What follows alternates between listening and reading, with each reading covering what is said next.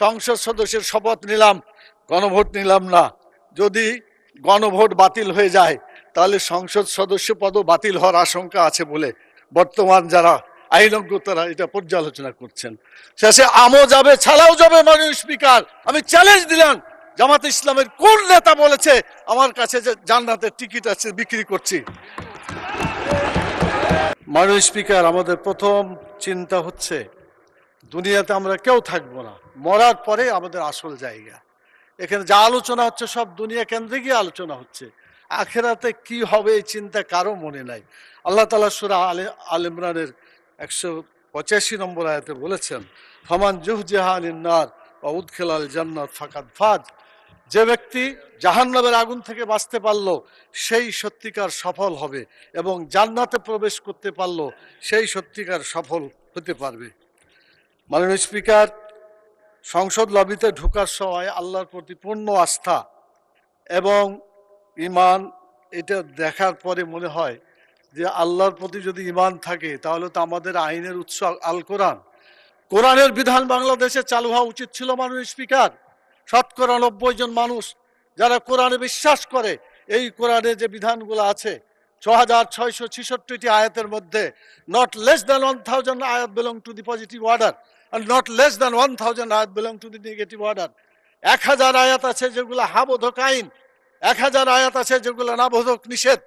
কোরআনের এই 1000 পজিটিভ এবং 1000 নেগেটিভ আয়াতগুলা বাংলাদেশে কায়েম করতে হবে, এটা আমাদের দাবি। মাননীয় স্পিকার, এরপরে যে কথা আমি বলতে চাই মাননীয় স্পিকার, সেটা হলো আল্লাহ তাআলা যাদেরকে নির্বাচিত করেছেন, হুকুমের ক্ষমতা দিয়েছেন, সূরা হজের 41 নম্বর আয়াত, মাননীয় প্রধানমন্ত্রী আছেন, তার দৃষ্টি আকর্ষণ করে সকলকেই বলতে চায়, আল্লাযীনা ইম্মাক্কান্নাহুম ফিল আরদি আকামুস সালাত ওয়া আতাউয যাকাত ওয়া আমারু বিল মারুফ ওয়া নাহাউ আনিল মুনকার। যারা রাষ্ট্র ক্ষমতা পাবে তারা দেশে নামাজ চালু করে মানুষের চরিত্র ভালো করে দেবে, এবং যাকাত চালু করে মানুষের ক্ষুধা দারিদ্র বেকারত্ব দেশ থেকে তারা বিতাড়িত করবে। ভালো কাজ করে মানুষকে শান্তিতে থাকতে দেবে, খারাপ কাজ বন্ধ করে অশান্তির আগুন থেকে মানুষকে রক্ষা করবে। কিন্তু দুর্ভাগ্য, আওয়ামী লীগ এসেছে 6 বার, বিএনপি 5 বার, জাতীয় পার্টি 2 বার, এতগুলা সরকার এসেছে, জাতীয় সংসদে কোরআনের একটি আইনও চালু করে নাই। মাননীয় স্পিকার, সবচাইতে লজ্জা, সবচাইতে দুঃখজনক কথা হলো এটা। আমরা চাই আমরা এদেশে কোরআনের আইন চালু করে মানুষকে মুক্তি দেব। আমি মাননীয় প্রধানমন্ত্রীকে বলবো, আপনাকেও জিজ্ঞাসা করা হবে, আমাকেও করা হবে, বাংলাদেশে কেন নামাজ চালু করা হলো না, কেন যাকাত চালু করে ক্ষুধা দারিদ্র বেকারত্ব দেশ থেকে দূর করা হলো না, কেন ভালো কাজ চালু করে মানুষকে শান্তিতে থাকতে দেওয়া হলো না, কেন খারাপ কাজগুলো বন্ধ করে অশান্তি থেকে মানুষকে রক্ষা করা হলো না। মাননীয় স্পিকার, আমি আপনার মাধ্যমে মাননীয় প্রধানমন্ত্রী সহ আইনমন্ত্রী পাশে বসে আছেন, তারা জবাব দিবেন এবং বলবেন তাদের দায়িত্বটা কি। এরপরে যে কথাটা আমি বলতে চাই, মাননীয় স্পিকার, সময় কম দেওয়ার কারণে কোনটা বলি আর কোনটা বোঝা যাচ্ছে না। মাননীয় স্পিকার, আমাদের দেশের সুদ, ঘুষ, মদ, জুয়া, জেনা, ব্যভিচার, চাঁদাবাজি, টেন্ডারবাজি যারা করে এরা কোনো দলের লোক না মাননীয় স্পিকার। কিন্তু যখন বলা হয় যে এক দল চাঁদাবাজি করে পালাই গেছে, আর এক দল চাঁদাবাজি করার জন্য প্রস্তুতি নিচ্ছে, এটা বলার পরে কোনো দল যদি রিয়াকশন করে তখন তো বোঝা যায় এই চাঁদাবাজদেরকে দলের সদস্য হিসেবে মানে গ্রহণ করা হচ্ছে। আজকে সিদ্ধান্ত হোক মাননীয় স্পিকার, চাঁদাবাজ কোনো দলের সদস্য হতে পারে না। চাঁদাবাজ চাঁদাবাজি, তাদেরকে ধরতে হবে, গ্রেপ্তার করতে হবে। আজকে বিরোধী দল এই প্রস্তাব দিতে চায় যে বাংলাদেশকে চাঁদাবাজ মুক্ত করতে হবে, চাঁদাবাজ মুক্ত বাংলাদেশ আমরা দেখতে চাই। মাননীয় স্পিকার, এই পরের যে কথাটি বলতে চাই, শিক্ষকদের দায়িত্ব আমার উপর থাকার কারণে দীর্ঘদিন শিক্ষকেরা রাস্তায় আন্দোলন করেছে এমপিও ভুক্ত হওয়ার জন্য। তারা মশার কামড় খেয়ে কষ্ট করে প্রেস ক্লাবে রাত্রি কাটিয়েছে। আমি বলতে চাই, মানুষ গড়ার কারিগর শিক্ষকদেরকে এভাবে আর কষ্ট দেওয়া উচিত না। মাননীয় শিক্ষামন্ত্রী এখানে আছেন, প্রধানমন্ত্রী আছেন, সকলেই শুনছেন। শিক্ষকদেরকে এরকম কষ্ট না দিয়ে সকলকে এই শিক্ষকদের বেতন ভাতা যেগুলো এমপিওভুক্ত করার জন্য তারা দাবি করছে, মাননীয় স্পিকার, এটাও হওয়া দরকার, দেরি করা মোটেই উচিত না। আর আমাদের দাবি হচ্ছে সব শিক্ষা প্রতিষ্ঠান জাতীয়করণ করলেই তো সমস্যার সমাধান হয়ে যায়। মাননীয় স্পিকার, বাজেট 1.6 না করে আমরা এটা 5%, 4% পর্যন্ত বাজেট দিতে পারি, তাহলে শিক্ষকদের সমস্যা দূর হয়ে যেতে পারে। মাননীয় স্পিকারের পরের কথা হচ্ছে এই দেশে ইসলামী আইন চালু করার জন্য সকল ওলামাই কেরাম, আমাদের এমপিরা এখানে অনেকে আছেন যারা মাদ্রাসা পাস এবং বড় বড় ওলামাই কেরাম, তাদেরকে নিয়ে এবং বাইরে যত মাযহাব যুক্ত ওলামাই কেরাম আছে, এমনকি আহলে হাদিস আছে, সকল ওলামাকে নিয়ে একটা ইসলামী বোর্ড গঠন করা, যারা ইসলামী আইন চালু করার জন্য আমাদেরকে পরামর্শ দিবে এবং দেশে সেই আইন কার্যকরী হবে। মাননীয় স্পিকার, আমি এটা আবেদন রাখলাম আপনার মাধ্যমে। এরপরে হচ্ছে শ্রমিকদের ব্যাপারে কথা বলতে চাই।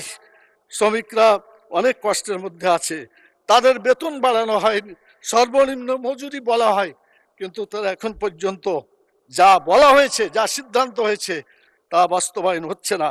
আমি দাবি করছি তাদের সর্বনিম্ন মজুরি যেটা সিদ্ধান্ত আছে এটাকে বাস্তবায়ন করা হোক। মাননীয় স্পিকার, আমাদের দেশে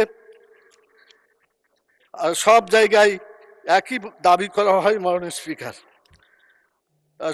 সকল এমপি বলে আমার এখানে স্বাস্থ্য কেন্দ্র আছে, মেডিকেল আছে, অ্যাম্বুলেন্স নাই, কার অ্যাম্বুলেন্স আছে, ড্রাইভার নাই। একটা সিদ্ধান্ত হলে এই কথাগুলো বলা লাগে না। মাননীয় স্পিকার, সেটা হলো বাংলাদেশের যেখানে স্বাস্থ্য কেন্দ্র আছে এবং হাসপাতাল আছে সব জায়গায় অ্যাম্বুলেন্স থাকবে, ড্রাইভার থাকবে। এটা কোনো অবস্থাতেই এটা হতে পারে না। গাড়ি নাই, হাসপাতাল সেখানে আছে, রুগীরা আসবে কেমন করে যারা মরে যাচ্ছে? সেই জন্য বাংলাদেশের সকল স্বাস্থ্য কেন্দ্রে অ্যাম্বুলেন্স এবং ড্রাইভার নিশ্চিত করতে হবে। মাননীয় স্পিকার, এরপরে যে কথা আমি বলতে চাই মাননীয় স্পিকার, সেটা হলো গণভোট আর যে সংসদের ভোট যেটা হলো, মাননীয় স্পিকার, সেখানে দেখা যাচ্ছে আমরা একটা ভোটের শপথ নিলাম আর আরেকটা নিলাম না, তাহলে জনগণের ভোটের সাথে সত্যিকার ভালো আচরণ করা হলো না, জনগণের বিরুদ্ধে অবস্থান নেওয়া হলো। সেই জন্য মাননীয় সদস্য, আচ্ছা 3 মিনিট বলেন মাননীয় সদস্য। এখন যদি একই অর্ডারে সংসদ সদস্য নির্বাচিত হলো, আবার গণভোটও হইলো, সংসদ সদস্যের শপথ নিলাম, গণভোট নিলাম না, যদি গণভোট বাতিল হয়ে যায় তাহলে সংসদ সদস্য পদও বাতিল হওয়ার আশঙ্কা আছে বলে বর্তমান যারা আইনজ্ঞ তারা এটা পর্যালোচনা করছেন। শেষে আমও যাবে, ছাড়াও যাবে। মাননীয় স্পিকার, অতএব গণভোটকে শপথ নিয়ে এটাকে কার্যকরী করতে হবে। আর এটা যদি না হয়, দ্বন্দ্ব যেখানে শুরু হয়েছে এই দ্বন্দ্বর সমাধান হবে বলে মনে হয় না। মাননীয় প্রধানমন্ত্রী বলেছেন অক্ষরে অক্ষরে এটা পালন করবেন, তাহলে শপথটা নিলে অসুবিধাটা কোথায় আমরা তো বুঝি না। এজন্য শপথ নিয়ে এটা সমাধান করতে হবে। মাননীয় স্পিকার, এরপরে যে কথা বলতে চাই সেটা হলো টিকিট বিক্রির একটা কথা বলা হয়েছে। মাননীয় স্পিকার, একটু প্লিজ, কোরআন মাজিদে একটি আয়াতকে কেন্দ্র করে এটা ভুল বুঝাবুঝি হচ্ছে। আল্লাহ তাআলা সূরা তওবার 111 নম্বর আয়াতে বলেছেন যে আল্লাহ তাআলা জান মালকে কিনে নিয়েছেন জান্নাতের বিনিময়ে। এটা আল্লাহর কথা। আপনি জানমাল দিবেন, বিক্রি করবেন, জান্নাতে যেতে পারবেন। জানমাল আল্লাহর পথে দিবেন না, আপনার কপালে জান্নাত হবে না। এটা আল্লাহর কথা, এটা মানুষের কথা না। আমি চ্যালেঞ্জ দিলাম, জামাত ইসলামের কোন নেতা বলেছে আমার কাছে যে জান্নাতের টিকিট আছে বিক্রি করছি? মাননীয় প্রধানমন্ত্রীকে জবাব দিতে হবে কেন তিনি এটা বলছেন। আমাদের ফখরুল ইসলাম সাহেব বলেছিলেন আমরা শরীয়তের আইন বিশ্বাস করি না, পরে অবশ্য আত্মসমর্পণ করে নির্বাচনের আগে বলেছেন শরীয়তের বিরুদ্ধে আমরা কোনো আইন আমরা পাশ করব না। তো ধন্যবাদ ওনাকে, অন্তত তওবা করে ফিরে এসেছেন। আমরা আল্লাহর আইন চাই, আপনারা আল্লাহর আইনের বিরোধিতা করবেন না বলেছেন। অতএব আসুন বাংলাদেশে মানুষের আইনের কবর রচনা করে কোরআনের আইন প্রতিষ্ঠা করি রব্বুল আলামিন। আল্লাহ তাআলা আমাদেরকে সে তৌফিক দান করুন। মাননীয় স্পিকার, কথা বলার সময় নাই। আমার নির্বাচনী আসনের কথা, সকলের জন্য যে কথা, আমার নির্বাচনী এলাকা গোদাগাড়ি থানার একই কথা। মাননীয় স্পিকার, আমি কথা শেষ করতে চাই এভাবে যে আমাদের দেশে বড় বড় আলেম আছে, তাদের ব্যাপারে এআইকে কেন্দ্র করে ওষুধ বিক্রি করার একটা অ্যাডভার্টাইজ দেখা যায়। তো এআই যেভাবে বড় বড় ওলামা ইকরাম, আহমদুল্লাহ সাহেব, আজহারি সাহেব, জাকের নায়েক ইত্যাদি, তাদের বিরুদ্ধে যেটা মানে এই সেক্স